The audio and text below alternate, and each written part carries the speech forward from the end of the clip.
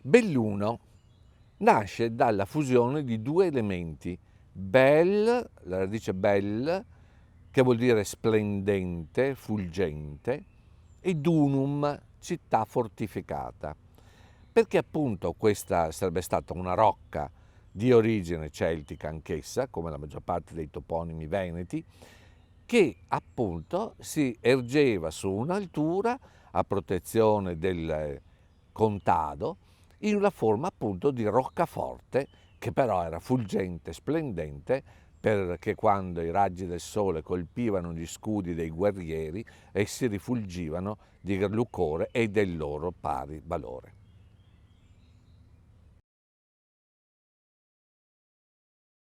Nel 1863 Jacques Offenbach fu invitato a Vienna dall'associazione Concordia, associazione dei giornalisti, per un grande evento che Offenbach volle simboleggiare poi in un omaggio musicale che fece donando alla Concordia la nuova sua composizione composta per l'occasione, Abendblätter, cioè fogli della sera. L'orchestra che era preposta a eseguirlo, che era l'orchestra di Strauss, Johann Strauss Jr., non voleva essere da meno e quindi propose a Johann Strauss di comporre anche egli un valzer che intitolò Morgenblätter, fogli del mattino. Ed è inutile dire che Morgenblätter conquistò il favore dei viennesi, anche se Abendblätter non era per nulla inferiore, ma il classico ritmo viennese e la forma melodica che Johann Strauss seppe trovare rapirono sia la mente che i cuori di tutti i viennesi entusiasti.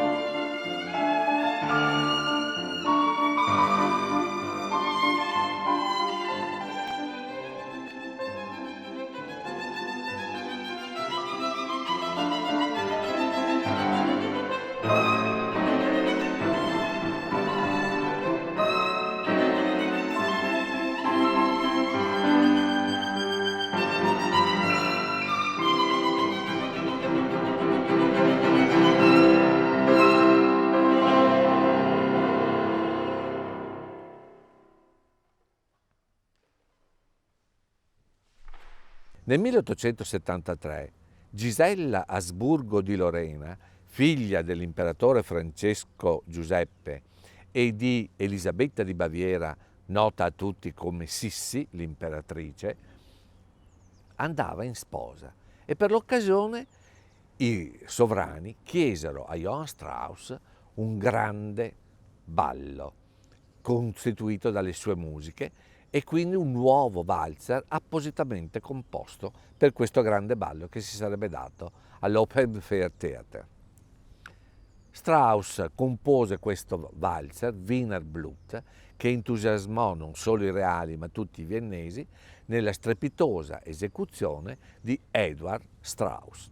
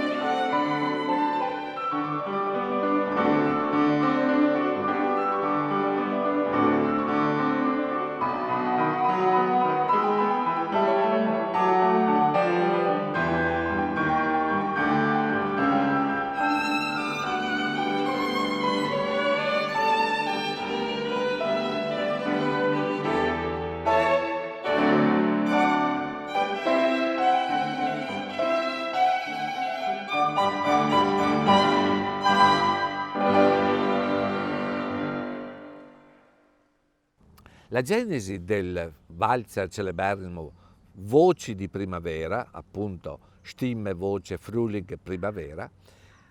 vede la sua origine nella occasione in cui Johann Strauss si recò in Ungheria a Budapest e conobbe il celeberrimo compositore Franz Liszt. Per l'occasione suonò a quattro mani con lui. Poi tornò in Austria, a Vienna, e decise di comporre questo valzer per orchestra e voce per il celebre soprano Berta Schwarz. Poi però prevalse anche l'idea di trasformarlo in un semplice valzer con l'orchestra e noi l'ascolteremo nella versione per pianoforte a quattro mani. Sentirete che sono rimaste le onomatopee, ossia la rappresentazione del testo che diceva nelle voci di primavera ah ah ah ah ah ah, e sentirete proprio come nel pianoforte le note riportano le onomatopee della risata, perché la primavera è il momento nel quale tutta la natura esplode in un sorriso e tutta l'umanità ritrova la bellezza del creato. Lasciamoci travolgere anche noi da questo meraviglioso valzer nell'esecuzione di Maria Rita Schenato e di Maria Beatrice Boscaro, con il quale concludono la triade straussiana.